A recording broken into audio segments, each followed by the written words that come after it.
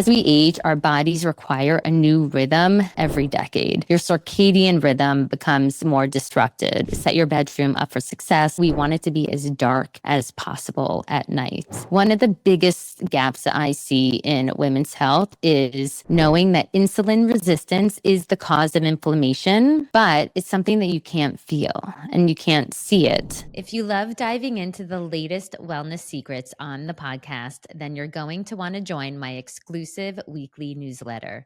Get insider wellness tips you won't hear anywhere else. Be the first to know about my upcoming fasting workshops because let's be real, fasting is the secret weapon for surviving perimenopause. Access my weekly essentials, tools, and biohacks to help you thrive in midlife. I promise to make it worth your while, straight to the point, no fluff, just powerful tips to help you feel your best every single week. Don't miss out. Sign up now at thewelldrop.com. Let's take your wellness to the next level together. I like to think of everyone's talking about New Year's resolutions. Obviously, that's like the big topic for January, but I like to not think about resolutions and more think about rituals because I think resolutions seem rigid to me. It puts pressure on you. But instead, the reframe is really about like what are small habits and actions that you can take right now, starting today, after this, that are going to work for your body in this chapter, especially in midlife. So if you're 35 to 55, and I know we have some people signing on that are even older than 55, it's never too late to upgrade your habits that are going to work for your body and not necessarily against them. And I really appreciate you guys filling out the form because I always want to personalize my talk to the needs of the women who show up. And so I just wanted to share some of the common symptoms that you guys noted. The number one was energy shifts. Everyone starting to feel that, and mood changes. And it's interesting that those were the first two because that is actually a sign of like the hormones starting to shift in perimenopause. The third was sleep issues, followed by mental clarity, weight changes, and hair changes. And in case you don't know, there's over 84 symptoms in perimenopause, and that is why this chapter feels so confusing for us women. And this is a time where we actually want to go into community more than ever because we need to hear stories from other women that are even outside of our own friendship circles. Because there's 84 symptoms, your friends may not be experiencing it. So a lot of times women feel so alone, like it's only them that are going through it. But the truth is, we all are going through it together. We have to actually get outside of our own social circles. I just met a woman actually this morning who was saying that she went to the doctor, something was feeling off. She couldn't put her finger on it, but her labs looked normal and her hormones were totally fine on blood labs, but she just knew in her gut something else was off. So I think the biggest takeaway is really knowing that like your intuition is so strong. Like as women, we kind of know, like there's like that little like person like talking in your ear that something might be off. Like don't discount it even if your doctor might say that your labs look normal because it's a little bit of a reframe that our system is very broken and doctors aren't necessarily trained in this chapter for us, which is why it's so great that you guys are actually here. And I think a big goal for me for women in midlife is to really trust our intuition more than ever and just don't stop asking questions and remain curious until you get the answers that you want.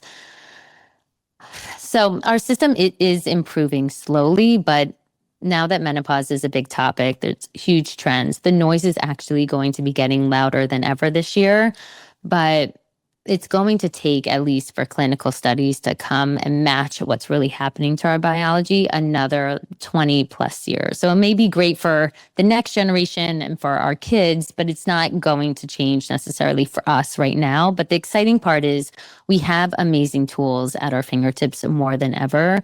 And it's not about taking another supplement or another workout that's really going to move the needle. It really comes down to simplicity and your daily habits. And taking a moment, and today we're going to create that awareness of what are those shifts that we should be taking in order to transform how we feel from the inside out.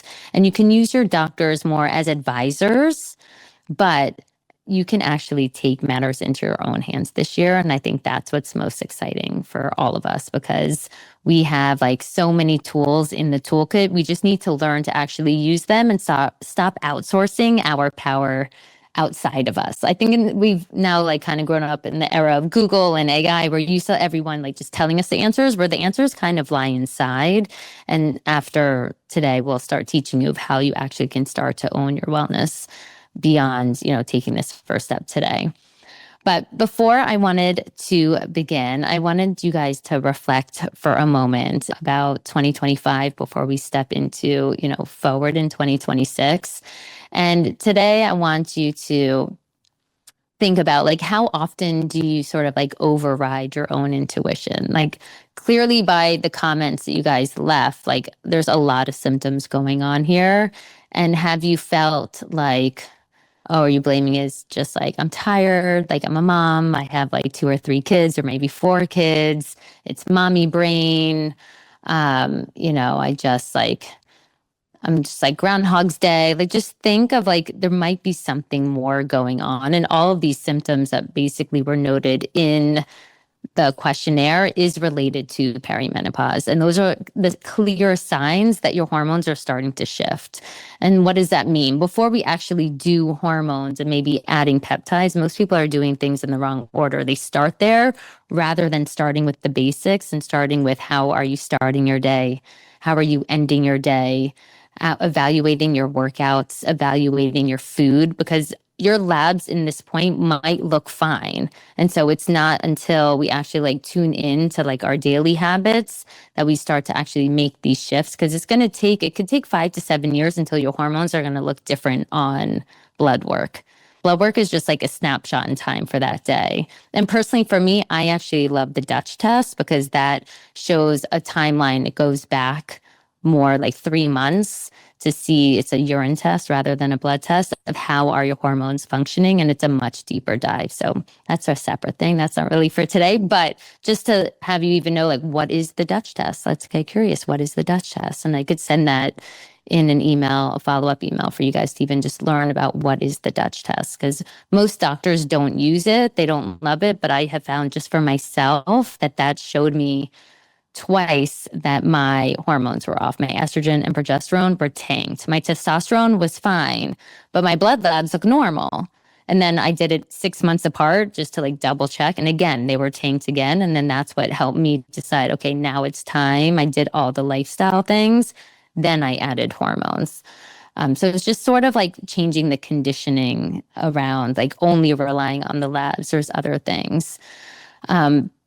So the biggest part is really thinking about you want to set a strong foundation. That's what creating a wellness lifestyle is all about and through our habits. And so what happens is everyone, like I said, is doing things in the wrong order. They're stacking things on top when the foundation is fully broken. So those things like peptides is trending, hormones is trending, that's all great. But if your foundation is not solid, it's cracked, it's only going to work for so long. And then eventually the floor comes out under you. And I see that all the time with my coaching clients. It doesn't last. But when your foundation is strong and you're resilient and you have these good habits in day to day, then you can start layering on top of it. And that is the essence of what the Well Drop Method is, which is the 6-week coaching experience to help you set a strong foundation. Because this is the big gap that I'm seeing in the medical community.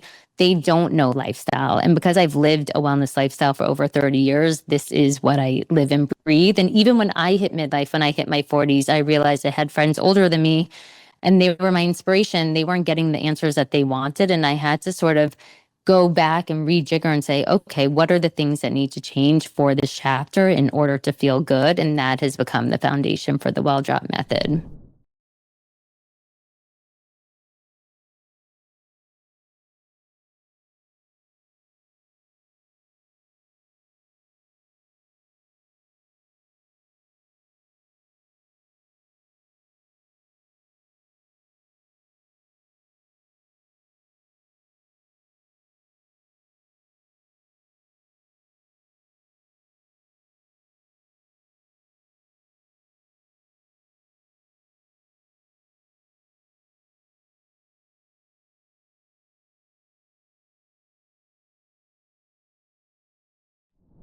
So, first ritual I want to go into is reclaiming your rhythm. As we age, our bodies require a new rhythm every decade. Your circadian rhythm becomes more disrupted. As we could see from the results, a lot of people were having sleep issues. When your circadian rhythm is disrupted, you can have increased fatigue, insulin resistance, mood issues, sleep disruption. See all these things you guys said that you're having. It's wild to think this could just be connected to being more connected circadian. So what does that mean? That means connecting to the sunrise and the sunset. So I always say how you start your day is how you're going to end up finishing your day. So a big thing is you want to create a morning light ritual. So when you wake up in the morning, open up all the blinds in the house, wherever you may be like making breakfast. Don't do it in the dark. You want to get natural sunlight in. And the biggest one that I see for people is skip the sunglasses in the morning. If you're a person who wears sunglasses on the way to taking your kids to school or on the way to work, do not throw sunglasses on until lunchtime. And these simple little things is actually connecting your body to sunrise, which sounds, I know, sometimes people think it's woo-woo, but what the sun is doing once you get the light into your body, it signals to your body to wake up. So your melatonin production goes down, your cortisol will start to increase, and that's what's giving you the energy and the jolt to attack the day in the best way possible. And you want to get sunlight within the first 90 minutes of waking up. So when you wake up tomorrow morning, just take a second and just evaluate how your house looks. Is your house on the darker side? If it is, how can you brighten it up with natural lights? That would be the first step. And then the second step is if you're a sunglass person, try not to put them on until lunchtime. Because when you connect to the light in the morning, it will then help you that you're going to be able to fall asleep better later at night. Because this is helping your body also to produce energy. So since energy was actually the number one issue in this group, just connecting to the sun in the morning will start to, it's energizing your cells. This is doing things at a cellular level. We're just never connected to it. We think, oh, the sun rises, it's pretty. But we almost have to think like photosynthesis, like the sun is activating plants, right? If you're growing a plant and that's what's helping a plant thrive, we have to think of our bodies in the same kind of way.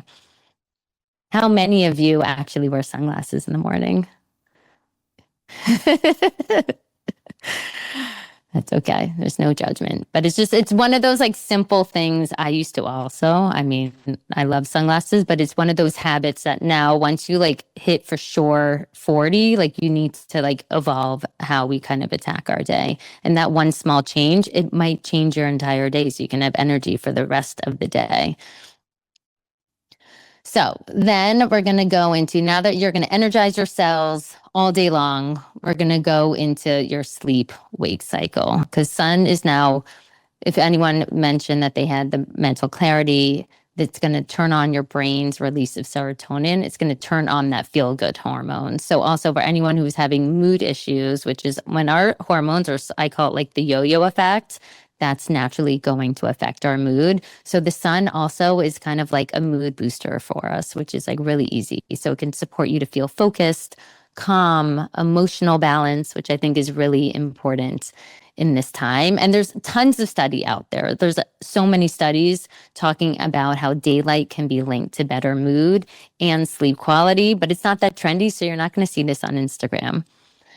Because it's not something that you can sell. So I think also another thing, as you start to dive in and upgrade these habits, the wellness noise, I call it like the parting of the seas, is going to start to go to the side because the algorithm's not going to get you. You're going to be on your path and walking the charge and knowing exactly what you need to do for you, that the noise of all the things that you need, you don't need to get anything. You just need to actually, the first step is like connect back to nature.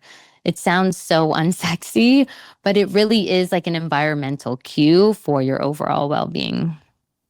So number 2 is, of course, protect your sleep. Sleep is really important. I have a sleep, set your bedroom up for success. I think it's really important. Tonight, actually, when you go into your bedroom, take a look around and see, just as how we want to increase light in the morning, we want it to be as dark as possible at night. And so the biggest ritual is, first, I want you to think about, where is everybody charging their phones at nighttime? A lot of times they're like scrolling and it's like falling on top of them overnight. Over 70% of adults, so know that you're very normal, they keep it within an arm's reach. And what happens is when your phone is there, it will increase your nighttime awakenings and keep your cortisol elevated. So it's not allowing your cortisol to downshift. If anyone commented that they're having some sleep issues, a simple thing could be because your phone is charging right next to your head. And they always like to think of it as like you're plugged in all night long from an energy standpoint, that you have this extra energy there that's like kind of like keeping your body not in a full rest mode. I've had crazy results with clients that I've coached that they will check with their Aura Ring. I have them charged. So a goal for you guys is going to be to charge your phone across the room from you tonight. Find a place.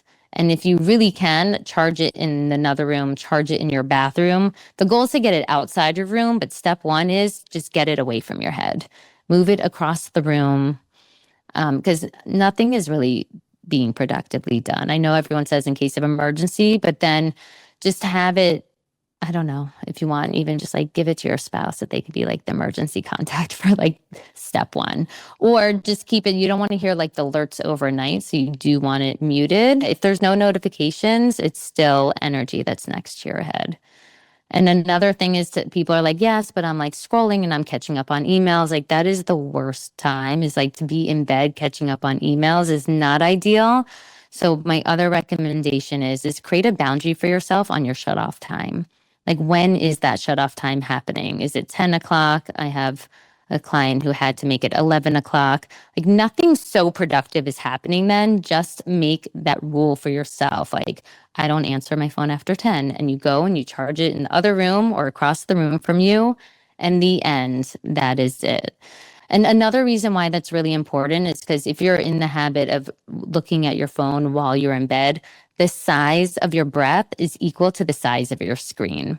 So for me, I'm not even going to tell you don't look at any blue light at nighttime. Like I'd rather you watch the TV, which is across the room technically from you, but the size of your TV is big. So you're breathing much deeper and bigger, which is also going to stimulate your body.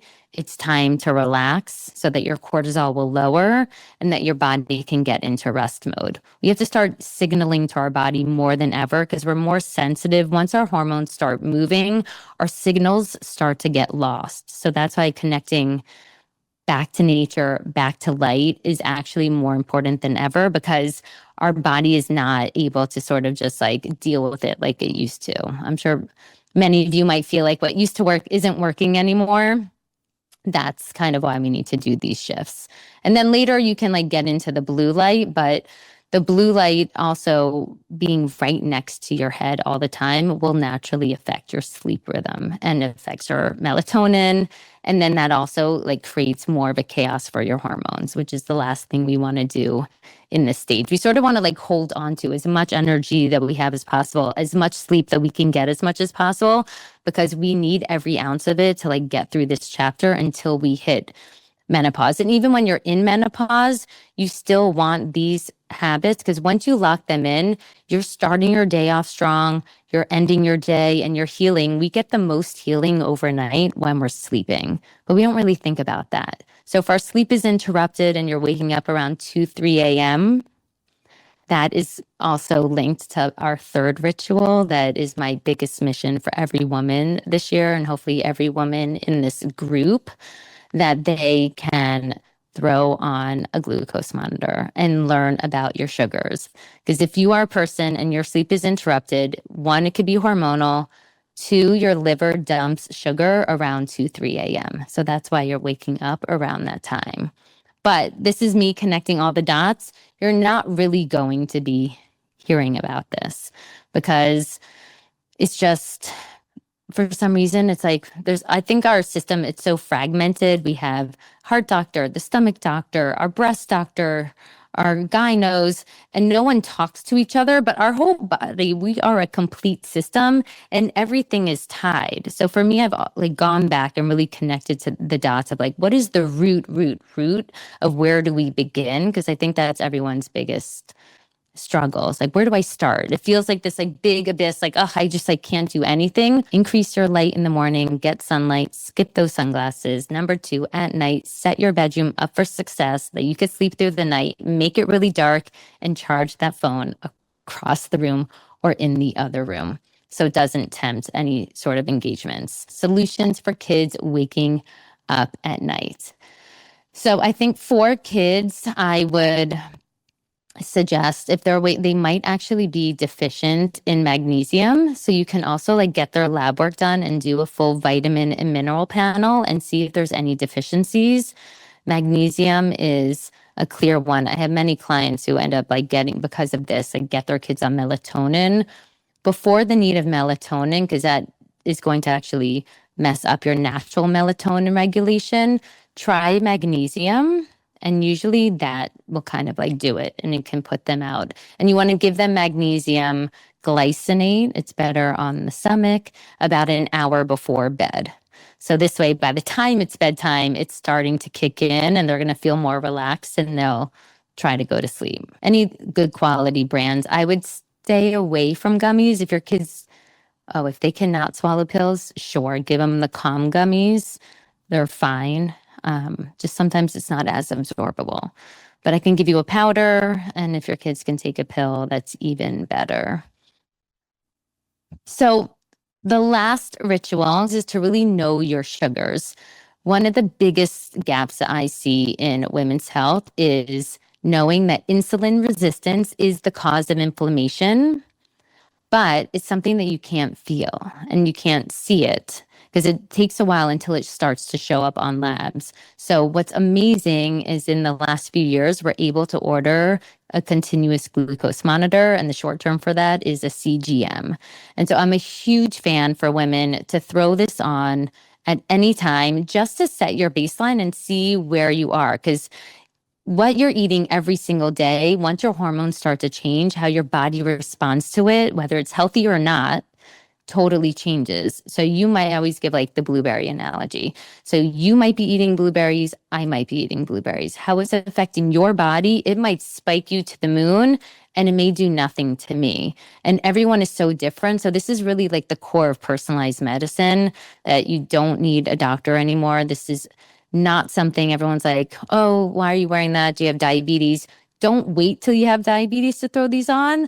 I look at it as a preventative tool. And because women are the most susceptible to insulin resistance, and it happens in this perimenopause state, throwing on a glucose monitor is an amazing way to check in and see what's happening.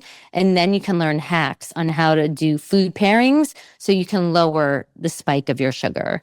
And when I talk about the spikes of sugar, basically our sugar naturally rises when we eat around 30 points, but most people are going in the 40s and 50s. And when that's happening with everything that you're eating, or at least 1 to 3 of your meals a day, that creates inflammation. Now, when your inflammation is rising, what happens to you physiologically? You start to have muscle pain, bone pain, aches, also keeping you up at night. Also then leads to chronic disease down the road. And women's number one killer is heart disease. And then our number 2 that we get is dementia, which is actually diabetes of the brain. It's diabetes type 3, which is starting to come out. So for me, the root of it all is like throw on a glucose monitor and see what's happening. And we can do a couple tweaks and edits there so that we can keep our sugar manageable. It'll hopefully avoid us being the statistic down the road. Because there's women I see all the time at these longevity events in their mid-50s who've been suffering for a long time. Their labs are a disaster. They also have osteoporosis. And so my goal and mission is to help avoid us being that. And it's a simple check-in by wearing a glucose monitor.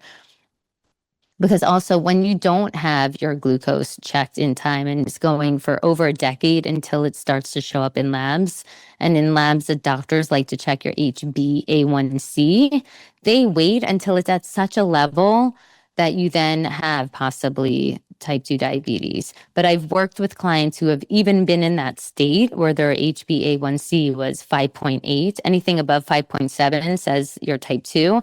And I've gotten them to 5.3 just by using a glucose monitor and checking in with themselves. It's just simple lifestyle hacks in order to get you into the right place.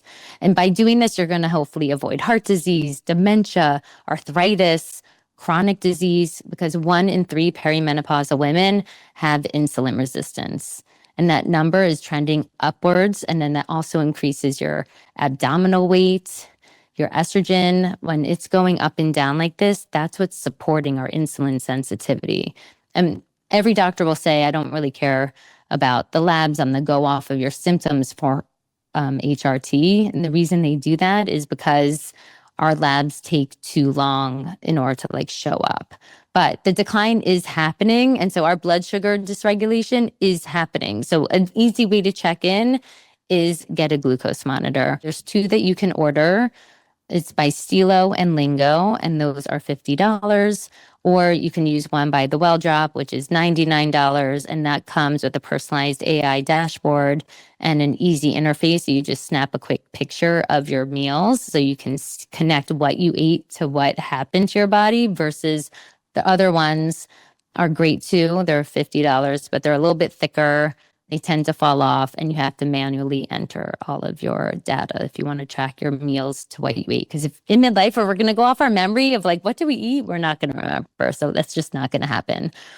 And this is a big thing, again, that's going to affect your energy. It's going to affect your brain fog, and it's going to affect your metabolism. But all of this can be reset. The best news is that, like, talking about owning your wellness, like, this is a huge piece of it and will set you off on such a better track. I call it kind of like, you can take 2 paths. You can just like wait until a problem occurs, or you can take action and do something as simple as throwing on a glucose monitor that can be transformational for you when it's time for the menopausal transition. Using red light in the bedroom for better sleep. Red light is great, but also too much is not good. Like, I think sitting in front of it no more than 30 minutes, but it can help to like stimulate you at the cellular level to sort of like relax your body. It's a good detox also, and it's really good for your skin. I would do it maybe like kind of around dinner time. I wouldn't probably like have it in bed. And I did want to share that I want to bring it home for the 3 habits to upgrade to kickstart your 2026. Number 1, morning light. Number 2, phone boundaries. And number 3, blood sugar awareness. Simple, strategic, foundational. And if you want to go deeper, I'm finalizing enrollment for the Well Drop Method, which is a 6-week group coaching that's only available 3 times a year. So if you're in this stage of life where with your energy, your sleep, your mood, your weight that's no longer responding the way it used to, and you're tired of guessing what your body needs now, this is for you. The Well Drop Method is a 6-week guided experience. It gives you a clear roadmap on how to build a solid foundation for this chapter so you can thrive. It gives you the right order of operations. It also comes with a glucose monitor and a personalized dashboard, and you get a full personalized recap on the ways to hack your body based upon the data that I see. And also accountability so that you show up for 6 weeks. It is so transformational. You will learn things beyond what you've learned at the doctor in like the last 5 years at least. And for the women that have experienced it, they stop chasing symptoms. They stop trying random supplements. We upgrade all of your supplements as well, and your skincare products. And you no longer feel burnout by just trying so many things and trying harder and working out harder than ever before, because the truth is what used to work isn't working anymore. And you're not going to just go by your labs. I will teach you about the things to pay attention to that will help you sleep through the night, regain your energy, get your mental clarity back, lose any stubborn weight, especially in the belly that your body's been holding on to, and also help with those mood swings so you can feel strong, confident, and in control again. I only do this 3 times a year because it's really high touch, very intentional, and it's transformative work. And past clients, like I said, reversed type 2 diabetes. They've shocked doctors by lowering their inflammation on their lab work. They've dropped weight from 10 to 15 pounds that couldn't budge no matter what they did, and went from exhausted and overwhelmed to calm, focused, and resilient.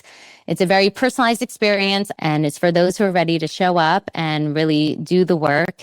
It's not hard work. I give you like 3 to-dos each week. So this way it's like walking up the staircase, and you can look back in just 6 weeks, and it is so compounding, and it really sets you up for success, for longevity. It's not just about today. It's not just about this year, but this is about your future self for like the next 50. Spots are limited. And it's really for women who want real transformation, and the women who want to show up not just for themselves, but also for the people who count on you every single day. Show up for your family who feels your energy shifts. Show up for your partner who notices when you're depleted. Show up for your friends and your colleagues who rely on you for clarity and patience. And you just show up for you. I know it's hard. We always don't really show up for ourselves. So if it's not about you, show up for those in your life that you love, because when your energy and focus and confidence is back, you already took the hardest step by showing up today. And so 2026 should be filled with better habits, smarter systems, and support that actually sticks. Thank you guys for showing up today, and I appreciate you all being here. Bye.